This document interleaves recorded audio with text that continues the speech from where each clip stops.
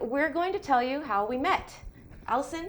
Yes, so we actually happen to live in a town that is large but not large, not too big. And it's honestly quite amazing that we hadn't met each other prior, because both of us have lived in the same town for many years. I've been here 16 years and she's been here 20 years. Yeah, so it's pretty amazing that we have not come across each other until just recently. But my grandparents were actually dental patients of Dr. Larry's practice, and that's Amy's husband, for many years. And of course they would go in and talk. More than 20 years. Yeah, for a long time. And of course they would go in and talk about me. And every time they would say stories about, my granddaughter likes to go look for snakes and hunt for alligators and all this stuff, he always said that it reminded him of Amy and that we should meet and get together. He would come home from work after working on her grandparents and say, you've got to meet this girl. Every time her grandparents come in, they talk about her, and she sounds just like you. Yeah, so I got a friend request, and we had followed each other on social media for a few months. I thought all her content was amazing. She would put up videos of the emeralds and the jungle room and talk about her trips, because she had been many places prior. And I just thought she was the coolest lady ever. I was like, she's awesome. But we still hadn't quite met until a trip she was taking came about, and I guess was it Larry's suggestion? Mm-hmm. Larry suggested maybe having a photographer on the trip, which that's where I come in. Yes. And so I thought that was amazing. We briefly talked over Messenger, and I decided to invite them to what I worked at the Snake House. And I just want to interject.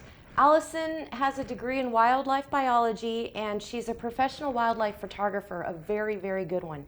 So that's why my husband was very excited for me to have a wildlife photographer on my trip who loves snakes. Yes, very much so. So I happened to, at the time, be working for a local herpetologist, Dennis McGee. Hi, Dennis. Hi, Dennis. And Dan Porter. Hi, Dan. You rock, Dan. Yeah, for sure. Taught me so much. And I invited them to the Snake House, which was basically a room filled of 100 different reptiles, different species, everything from venomous to non-venomous. And they came in and hit it off right off the bat with me, Dan, and Dennis, as well as the snakes. It was awesome. So I'd like to tell one particular story, because it still just gets me to this day. There was a milk snake in the reptile house that I worked for that I tried for many months to get a good photo. This particular snake was just a little flighty and didn't really like to be handled a whole lot, so it would never quite sit still for me. Great snake, but just preferred to be burrowed, not in the hands of me or really anybody.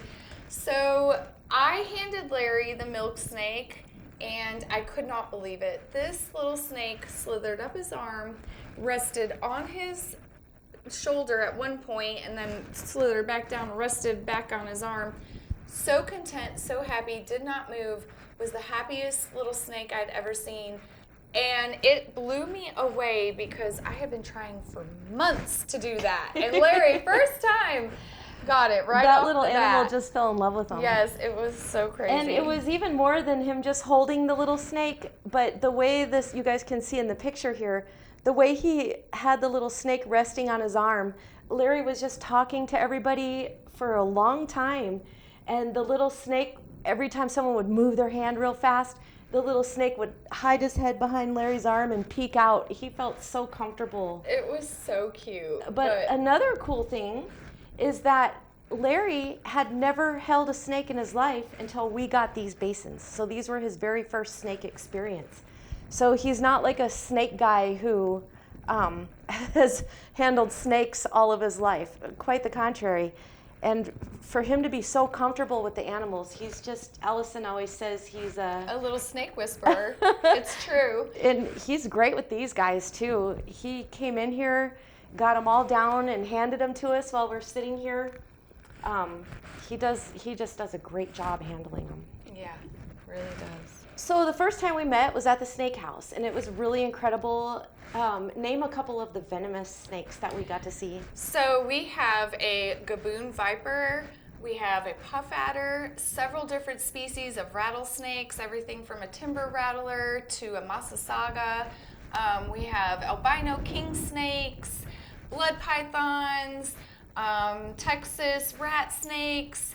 We even have a scaleless snake. So I love that one. Yeah, just a fabulous amount of different types. Different types of boas, red tails. I'm trying to think. There's just so many running through my head. I love the bull snake. Yes, we have 2 baby bull snakes and then an adult bull snake. About 6 feet long. Which is really cool. They are pretty fascinating. I want to say, if I had to pick a favorite, which is really, really hard, it would probably be the gaboon. And we will show you guys the gaboon, hopefully in some podcast, because that is a pretty impressive animal. We'll definitely take you guys down to the snake house and let you meet everybody. Yeah. The snakes and the folks are fantastic. It'd be super fun. So that was our first meeting at the snake house. And you have to remember that we agreed to go on a trip together to Peru, Colombia, and Brazil before we ever met in person. We already had the whole plan, the tickets bought, everything was done and said before we ever met. So then we met at the snake house. The second time we met, Allison came over here to my house, where upstairs, you guys see the jungle gym that I have down here for these animals? Well, upstairs I have a full aerial jungle gym for humans. So we had a blast. You guys check out some of the video footage that we made that night. So much fun. We played on everything. We came down here. Look at these videos. And Larry and Allison and I had a blast. Just when we feed the snakes, we always put them in the rain chamber, which we'll tell you guys all about the rain chamber. We'll tell you all about how our snakes are fully potty trained. Sounds crazy, but it's true. And so we put the snakes in the rain chamber. We sat on these hammocks and handled them, and then we fed them dinner. So we had about a 3-hour time, our second time together, and just filled, jam-packed full of fun, laughing, talking about our trip. It was a great time. It really was. And then the third time we met was actually the night that we left on our trip. Yes. Allison got dropped off by a friend. I did. I had my bags packed, had a few tips from Amy, what to bring, and then of course I just assumed that I needed to bring more. So I came fully prepared for the jungle, which I soon found out I was over-prepared for the jungle. We had to take some things out. Yes. So as I'm unpacking my bag, she's like, you don't need this, you don't need that, you don't. And I'm very grateful for that, because it was a blessing to have less weight when you are traveling on those types of trips. You guys will hear all about it. You'll hear all about it. We had a great adventure traveling on the Amazon River through 3 countries.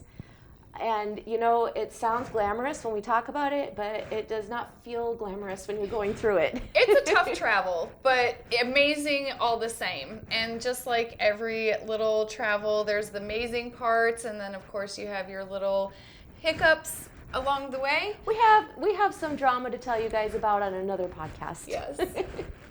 We will fill you in. For sure. So that night, we just, like Allison said, we went through the bags. I did have to take quite a lot of stuff out of her bags. And I know how it is, because I've been to the jungle 5 times now. So by then I knew exactly how it feels to overpack, think you need more than you do. So it was good. Yeah. I had the experience, and we were able to take care of some of those things. For sure. And then the next morning at about 5 in the morning, we left on our trip. And we'll talk about our trip a little bit on this podcast, but we're really going to save the details because we want to give you guys a full-blown hour with our trip. Pictures, videos, we have so much to share with you. Yes.